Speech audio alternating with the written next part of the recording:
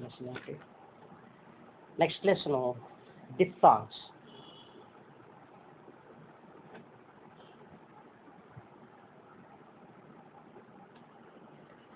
Next lesson ఏంటంటే డిఫ్థాంగ్స్. అసలు డిఫ్థాంగ్స్ అనేటువంటి వాటిని గురించి పరిశీలించినట్లయితే మనం అసలు వాట్ ఈజ్ ఏ డిఫ్థాంగ్ అనేటువంటిది ముందుగా తెలుసుకోవాల్సిన అవసరం ఉంటుంది. రెండు వొవెల్స్ కలిపి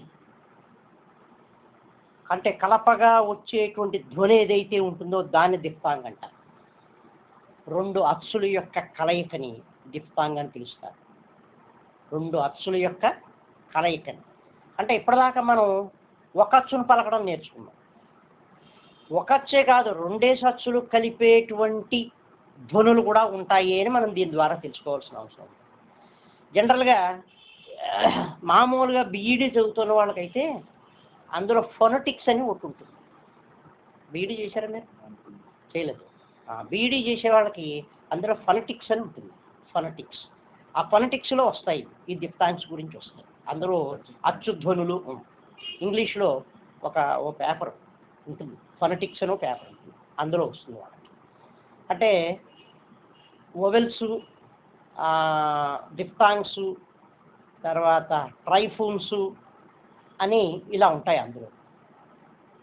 అందులో చెప్పబడుతుంది వాళ్ళకి. మామూలుగా ఉన్నటువంటి వాళ్ళకి అవసరం ఏం లేదు, ఎక్సెప్ట్ మన షార్ట్ హ్యాండ్ వాళ్ళకి అవసరం అవుతుంది. మన అవసరం ఉన్నంత కూడా మిగిలిన వాళ్ళు ఎవరికి ఏమి ఉండదు. మనమే ఎక్కువ వాడతాం, షార్ట్ హ్యాండ్ వాళ్ళే ఎక్కువ వాడతారు. అయితే ఆ బీఈడీ వాళ్ళకి కూడా కొంతవరకు ఉంటుంది ఈ ఫొనటిక్స్లో. అందులో డిఫ్థాంగ్స్ అని వస్తుంది. డిఫ్థాంగ్ అంటే union of two vowel sounds అని అర్థం. Union of two vowel sounds అంతే, అంతకంటే ఇంకా. అంటే రెండు అచ్చుల యొక్క కలయిక, దాని ద్వారా ఏర్పడే ధ్వని, that is called a diphthong. అది ఇక్కడ మనం గమనించాలి. షార్ట్ హ్యాండ్లో డిఫ్థాంగ్స్ అనేటువంటివి 4 డిఫ్థాంగ్స్ ఉన్నాయి. అంటే ఇలా రెండు వొవెల్ ధ్వనులతో పలికేటువంటివి, అంటే 2 వొవెల్ సౌండ్స్తో కలపగా వచ్చే ధ్వనిని తెలియజేసేటువంటి సైన్స్. సైన్స్ అంటే ఇక్కడ SIGN అంటే గుర్తు అని అర్థం. సైన్ అంటే గుర్తు అని అర్థం. సైన్ 4 ఉన్నాయి. ఏమి మిగిలినవి ఇంకా కొన్ని ఉంటాయి, అవి మనకు అవసరం లేదు. మన వరకు 4. అందులో మొట్టమొదటిది ఐ, రెండోది ఆయ్, మూడోది ఔ, నాలుగోది యు. ఇలా 4 రకాలైనటువంటి డిఫ్థాంగ్స్ ఉన్నాయి. ఐ, ఆయ్, ఔ, యు అని 4 డిఫ్థాంగ్స్ మనకు చెప్పబడుతుంది. ఈ డిఫ్థాంగ్స్ని మనం షార్ట్ అంటే ఎలా రెండేసి వొవెల్స్ ఎలా ఉన్నాయి అని చూసినట్లయితే, ఐ అన్నప్పుడు ఆ ప్లస్ ఈ కలిస్తే ఐ, ఐ. ఔ, ఆ ప్లస్ ఓ కలిస్తే ఔ. అలాగే ఆయ్, ఆ ప్లస్ ఈ కలిస్తే ఆయ్. యు, ఆ ప్లస్ ఊ కలిస్తే యు అని పలుకుతాయి. ఈ రకంగా 4 డిఫ్థాంగ్స్ని మనకు చెప్పబడ్డాయి. షార్ట్ హ్యాండ్లో 4 డిఫ్థాంగ్స్ ఉన్నాయి. ఇందులో మొట్టమొదటిది వీటిని ఎలా రాయాలి, షార్ట్ హ్యాండ్లో ఎలా రాయాలి గుర్తు అని పరిశీలించినట్లయితే, ఐని ఇదిగో ఒక చిన్న గుర్తుని అలా, వి జస్ట్ వి ఎలా రాస్తామో అలా చిన్నది, దట్ ఈజ్ కాల్డ్ ఐ. అలాగే నెక్స్ట్ది ఆయ్, ఆయని ఇలా, అవుని ఇలా, దీన్ని బోర్లిస్తే ఇలా, యూని ఇదిగో ఇలా, యూని బోర్లిస్తే ఈ రకంగా 4 రాస్తాం. అంటే ఇందులో ఐ ఇలాగా, ఔ ఇలాగా, ఆయ్ ఇలాగా, యు ఇలాగా రాస్తాం. ఐ, ఔ, ఆయ్, యు, లేదా ఐ, ఆయ్, ఔ, యు, ఈ రకంగా 4 డిఫ్థాంగ్స్. 4 డిఫ్థాంగ్స్ని రాసే విధానం ఎలాగా అంటే, ఐనిగో ఈ రకం చిన్న వి షేప్లో రాస్తాం. చిన్నది రాయాలి. వి అంటే వి కాదు, వి షేప్ అలా. దాన్ని బోర్లిస్తే ఔ అవుతుంది. ఆయని ఇదిగో ఈ రకంగా రాస్తాం, యారో టైప్లో ఉంటుంది, యారో టైప్ షేప్లో. యూని దాన్ని తిరగేసి రాసినట్లుగా దాన్ని రాయబడుతుంది. చిన్న చిన్నవి రాయాలి ఇవన్నీ కూడా. ఐ, ఔ, ఆ, యు అనేటువంటివి చిన్న చిన్నవి. ఏమి లైటే, అన్ని లైటే, డార్కే ఉంటుంది. ఏమి ఈ రకంగా రాయాల్సి ఉంటుంది. సరే, వీటికి ప్లేసులు కూడా నిర్ధారించడం జరిగింది. ఏమి అంటే ఐని ఎక్కడ రాయాలి, అవును ఎక్కడ రాయాలి, ఆయన ఎక్కడ రాయాలి, యు ఎక్కడ రాయాలి అని మనం పరిశీలించినట్లయితే ఇందులో ఐని ఆయనను ఫస్ట్ ప్లేస్లో రాయాలి. అవి first place diphthongs. First place diphthongs. అయ్యి ఆయి అనేటువంటి ఫస్ట్ ప్లేస్ డిఫ్తాంగ్స్. అవ్వు యు అనేటువంటివి third place diphthongs. Third place diphthongs అంటే వొవెల్స్ అనేటప్పటికి ఇవి కూడా అచ్చులే, రెండు కలిపిన అచ్చులు. ఇదివరకు దాకా మనం సింగిల్ అచ్చునే నేర్చుకున్నాం. ఇప్పుడు రెండు అచ్చుల కలయిక, రెండు అచ్చుల యొక్క కలయిక సూచింపబడేటువంటి ధ్వనులు అనమాట. అదే అక్కడ గమనించాలి. రెండు అచ్చుల యొక్క కలయిక, దాని ద్వారా ఏర్పడే ధ్వనులు, అది డిఫ్తాంగ్స్ అంటే. అవి ఏమిటవి? ఐ, ఆయ్, ఔ, యు. ఇవి ఇందులో ఐని ఆయని ఫస్ట్ ప్లేస్ డిఫ్తాంగ్స్ అంటారు. అంటే వాటికి ప్లేస్, అచ్చులు అనేటప్పటికి ప్లేసులు రావాలి ఆటోమేటిక్గా. ఇదివరకు మనం నేర్చుకున్నటువంటి అచ్చులకు ప్లేసులు ఇచ్చాం, first place, second place, third place అని. ఏది ఎక్కడ రాయాలి అనేది అక్కడ నిర్ణయించి చెప్పబడింది. అలాగే దీనికి కూడా చెప్పబడింది. ఫస్ట్ ప్లేస్ ఐ, ఆయ్ అనేటువంటిది ఫస్ట్ ప్లేస్ డిఫ్తాంగ్స్. ఔ, యు అనేవి third places. There is no second place diphthongs. రెండో ప్లేస్లో రాయబడే డిఫ్తాంగ్స్ లేవు. రెండో ప్లేస్లో డిఫ్తాంగ్స్ రాయబడేటువంటివి లేవు. Only first place and third place. ఐని ఆయని ఫస్ట్ ప్లేస్లో రాస్తాం, అవుని యూని థర్డ్ ప్లేస్లో రాస్తాం. అది అంతవరకు డిఫ్తాంగ్స్. అంటే వాట్ ఈజ్ ఏ డిఫ్తాంగ్ అనేది తెలుసుకున్నాం. ఆ డిఫ్తాంగ్స్ని ఎలా రాయాలి అనేటువంటి, ఆ డిఫ్తాంగ్స్ ఏమిటో తెలుసుకున్నాం, డిఫ్తాంగ్స్ని ఎలా రాయాలో తెలుసుకున్నాం, ఆ డిఫ్తాంగ్స్ ఏ ప్లేస్కి చెందినటువంటివి అనేది తెలుసుకున్నాం. ఇంకపోతే పదాల్లో ఎలా రాయాలి అనేటువంటి విషయాన్ని మనం తెలుసుకోవాల్సిన అవసరం.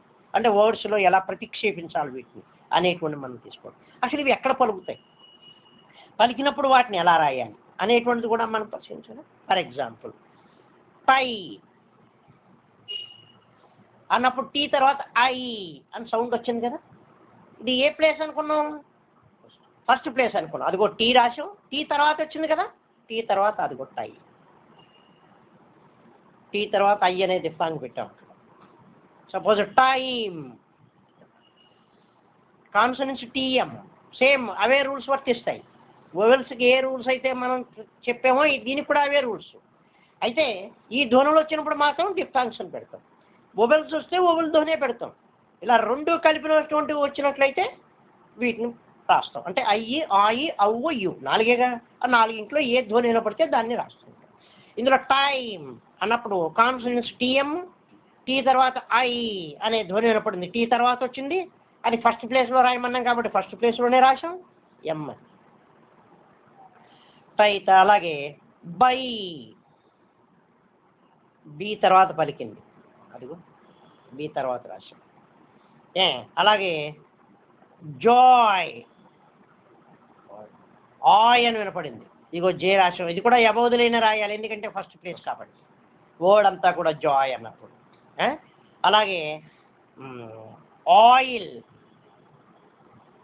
ఎల్, ఆయ్ అనే పలికింది, ముందు పలికింది, అదిగో ముందే రాశాం ఆయిల్ అన్న. అలాగే బౌ, అవు అని పలికింది, ఇగో బి రాశాం, థర్డ్ ప్లేస్ అన్నాడు కాబట్టి త్రుదులేను, అదిగో అవు, బౌ. ఆ రకంగా రాయడం అనేది. అలాగే జూ, జూ, యు అని పలికింది, ఇగో డి తర్వాత యు తిప్పాడు. ఈ రకంగా ఏం ఐ అనేప్పుడు ఎబోదులేన్లో రాశాం, ఆయ్ అన్నప్పుడు ఎబోదులేన్లో రాశాం, అలాగే అవ్వు అన్నప్పుడు త్రుదులేని రాశాం, యు అన్నప్పుడు త్రుదులేని రాశాం. ఎందుకని ఈ రెండు థర్డ్ ప్లేస్వి, ఆ రెండు ఫస్ట్ ప్లేస్ కాబట్టి. ఈ రకంగా మనం ప్రతిక్షేపించాం పదాల్లో మనం రాసేయడం. ఏం అయితే ఇక్కడ ఎల్కి ముందు, ఎల్ కానీ ఎమ్ కానీ ముందు, ఎల్ కానీ ఎమ్ కానీ ముందు. నెక్స్ట్ దగ్గర ఎల్ఎం దగ్గరికి వచ్చాను. నెక్స్ట్ జాయింట్ దిఫ్తాంగ్స్ అని మరొకటి ఉన్నాయి. జాయింట్ దిఫ్తాంగ్స్. జాయింట్ దిఫ్తాంగ్స్ అంటే కలిపి వ్రాయబడే దిఫ్తాంగ్స్ అని. జాయింట్ దిఫ్తాంగ్స్ కలిపి వ్రాయబడే దిఫ్తాంగ్స్. అవి ఏమిటి అని మనం పరిశీలించినట్లయితే, ఇప్పుడు మనం నేర్చుకున్నటువంటి 4 దిఫ్తాంగ్స్ని పదాలకి కలపగలిగితే, మనం రాసేటువంటి పదానికి ఈ దిఫ్తాంగ్స్ని కలపగలిగితే కలిపి కూడా వ్రాయవచ్చు. ఎలాగంటే ఎగ్జాంపుల్ చూస్తే మనకు బాగా తెలుస్తుంది. అవే దిఫ్తాంగ్స్. జాయింట్ అంటే కలిపి రాస్తాం, అంటే పదంతో పాటుగా కలిపి రాసేయచ్చు, విడిగా రాయక్కర్లేదు. ఏమి పదంతో పాటుగా కలిపి రాసేయచ్చు. ఎలాగంటే ఎగ్జాంపుల్ చూస్తే ఈజీగా తెలుస్తుంది. ఐటెమ్ అని రాసాం. యాక్చువల్గా ఇక్కడ ఏమిటి, టీఎం కాన్సెంట్. ఐ అనేది ముందు వచ్చింది, టీకి ముందు ఫస్ట్ ప్లేస్, అలా కదా. ఐటెమ్ రాసాం. ఇక్కడ ఐ దీనికి కలపడానికి వీలుగా ఉంది కాబట్టి ఇదిగో ఐటెమ్ ఇలా కలిపి రాసేయమంటున్నాడు. That is called joint diphthong. ITM అంటే ఇప్పుడు మనకి ఇక్కడ ఏమిటి, ప్రతి ఫ్రాక్షన్ ఆఫ్ సెకండ్ కూడా మనకు చాలా విలువైంది. షార్ట్ హ్యాండ్ వాళ్ళకి కాలం అనేటువంటిది చాలా ఇంపార్టెంట్. సెకండ్లో ఎన్నో వంతుదైనా మనకు అది ఇంపార్టెంట్. అంచేత అలా ఆ సమయం వేస్ట్ కాకుండా ఉండడానికి అనుగుణంగా మనకి షార్ట్ హ్యాండ్ని తయారు చేశారు. ఏమి అంటే ఇప్పుడు ఐటమ్ అన్నప్పుడు టీఎం ఇలా రాసి ఐ ఇలా రాసే టైం కంటే ఇలా రాసే టైం మనకి సేవ్ అవుతుంది. అందుకోసం ఈ రకంగా రాసుకోమన్నారు. అలా అని దేనికి పడితే దానికి ప్రతిదాన్ని కలిపి రాయడానికి ప్రయత్నం చేయకూడదు. అది కలపడానికి సులభతరంగా ఉండాలి, అది వీలుగా ఉండాలి. అలా వీలుగా ఉన్నప్పుడే జాయింట్ దిఫ్తాంగ్స్ని జాయిన్ చేయాల్సి ఉంటుంది. అంతే తప్పించి బలవంతంగా చేయడం కానీ, అయితే అన్ఈక్వల్గా ఉండేటువంటి వాటిని కలపడం కానీ చేయకూడదు. అది దేనికి ఈజీగా ఉంటే దానికి మాత్రమే కలిపి రాస్తాం. ఇక్కడ ఐటెమ్ అన్నప్పుడు ఈజీగా ఉంది, పెద్ద కష్టం ఏం లేదు దానికి, అందుకనే ఇలా రాశాం. ఏం ఐటెమ్. అలాగే ఐవి, ఇగో ఐవి కన్వీనియంట్గా ఉంది కాబట్టి రాశాం ఐటెమ్. ఏమి నై, ఎన్ఐజిహెచ్ నై. సపోజ్ ఎన్ ఇలా రాసి ఇదిగో అలా ఇచ్చేయమంటున్నాడు. ఇక్కడ దాకా మీరు వచ్చి రాక్కర్లేదు. నై ఎన్న తర్వాత ఐ అని పలుకుతోంది కదా, నై అలా కలిపి రాసేయమంటున్నాడు.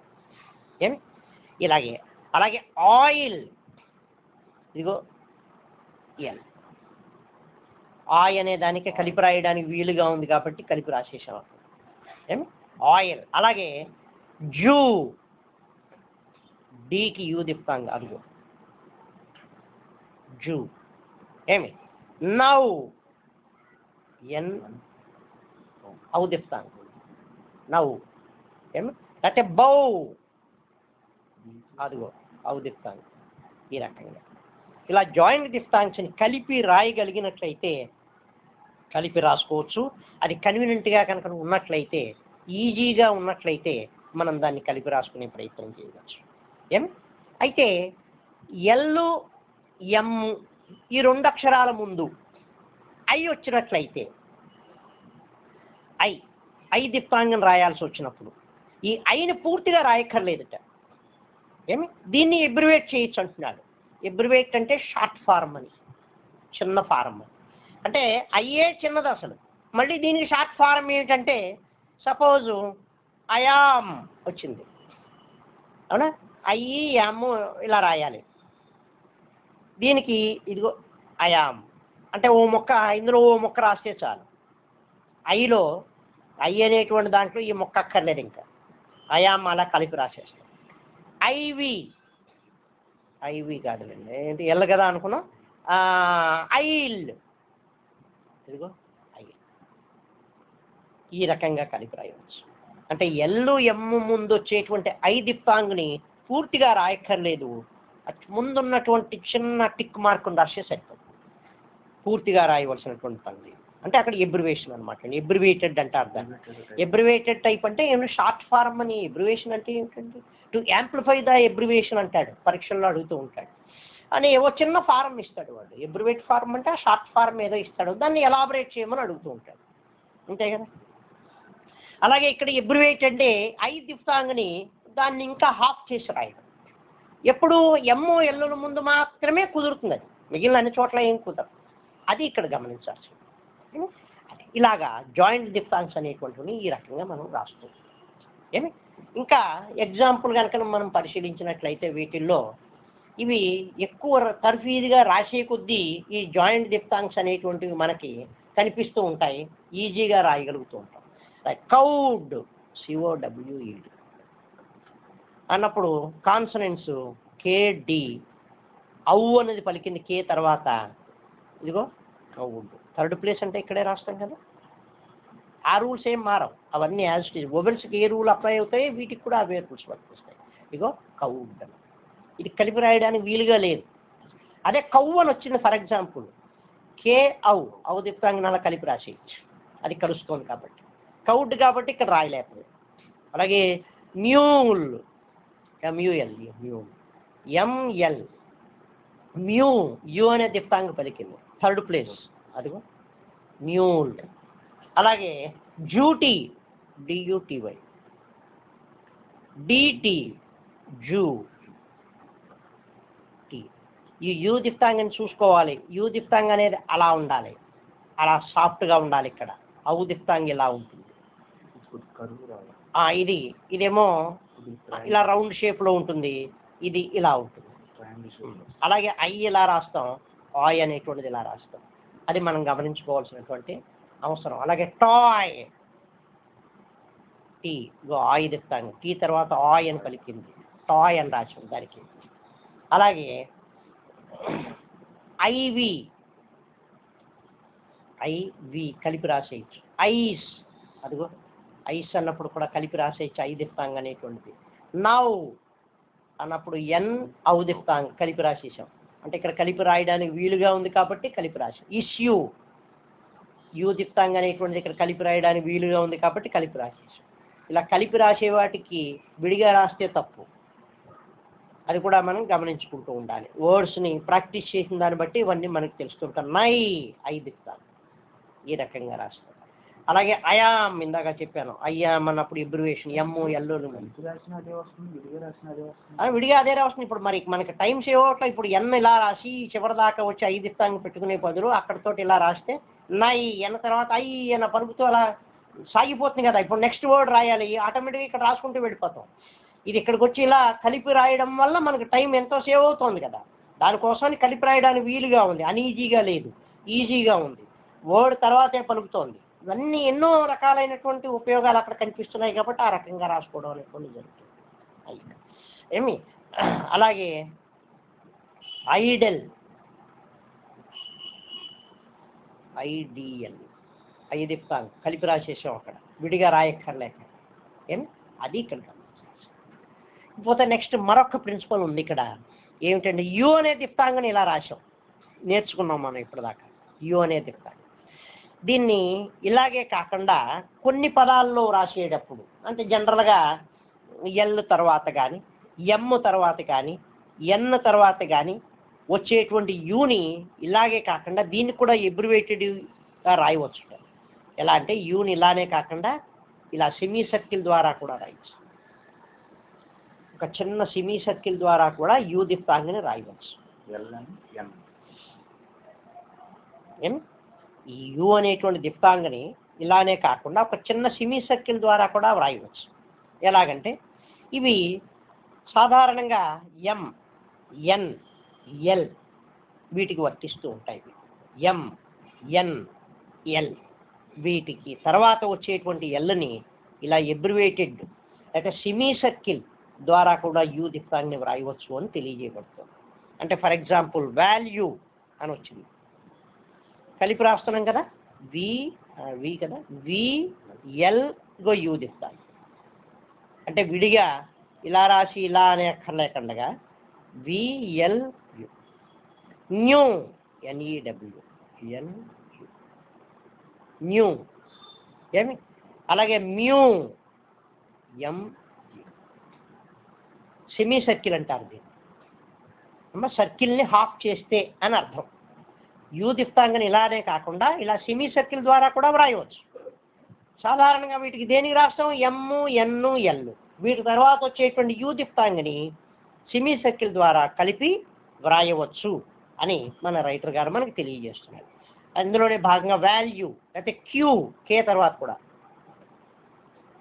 క్యూ సియుఈ, కే యు దిప్తా, కే యు క్యూ అంటే అయిపోయింది కదా. మరి థర్డ్ ప్లేస్ కదా, థర్డ్ ప్లేస్ అంటే కే హారిజాంటల్ కాబట్టి ఆంధ్రలైనవే కదా రాయడం.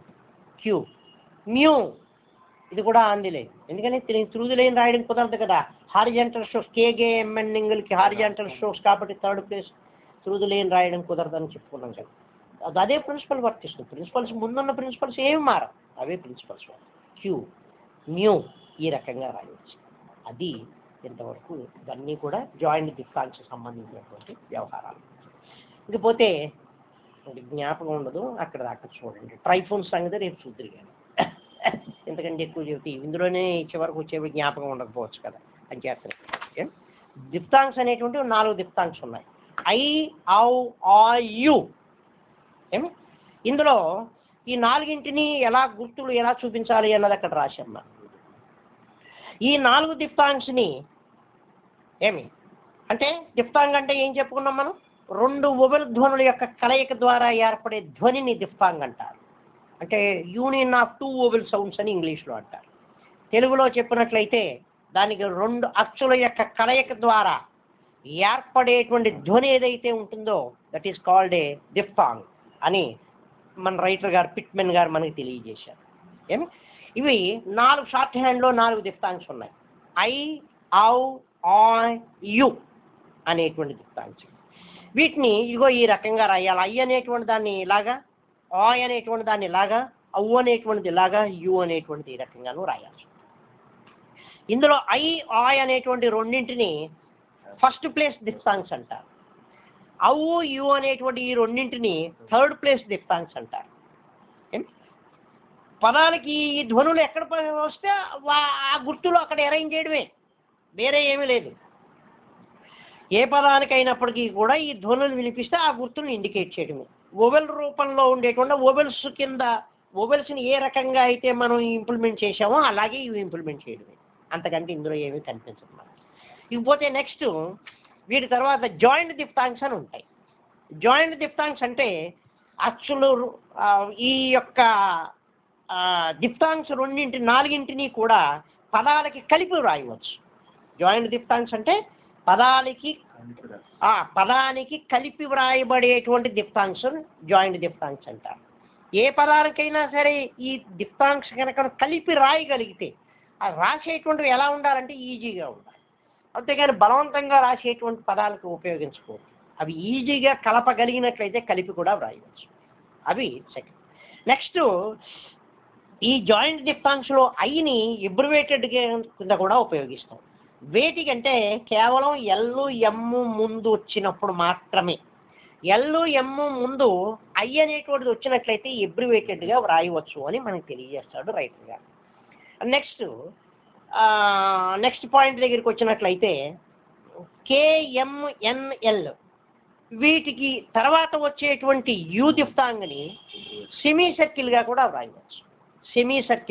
వ్రాయవచ్చు, కలిపి రాయడం. అంతే ఈ విషయాన్ని మనకి ఇందులో తెలియజేస్తారు. అది ఓకే. ఒకసారి ఇందులో ఏం చేస్తారంటే జాయింట్ దిప్తాంగ్స్ లెసన్ని ఒక్కసారి ఇందులో ఉంటుంది, లెసన్ ఒకసారి దీన్ని చదువుకుని అప్పుడు లెసన్లో ఉన్న వర్డ్స్ అన్నీ వద్దు, ఎంతవరకు రాయొచ్చు అంటే ఇక్కడ దాకా రాయచ్చు, ఈ పదాలు మాత్రము రాయచ్చు. ఓకే, ఇక్కడ దాకానే అయింది మనకి, ఇంతవరకు చెప్పడానికే అంతవరకు వచ్చింది. ఓకే, ఇక్కడ దాకా వాల్యూ వరకు రాయచ్చు. ఇంకా ట్రైఫోన్ ఇంకా చెప్పలేదు కదా, వాల్యూ వరకు మనం రాయచ్చు. అదే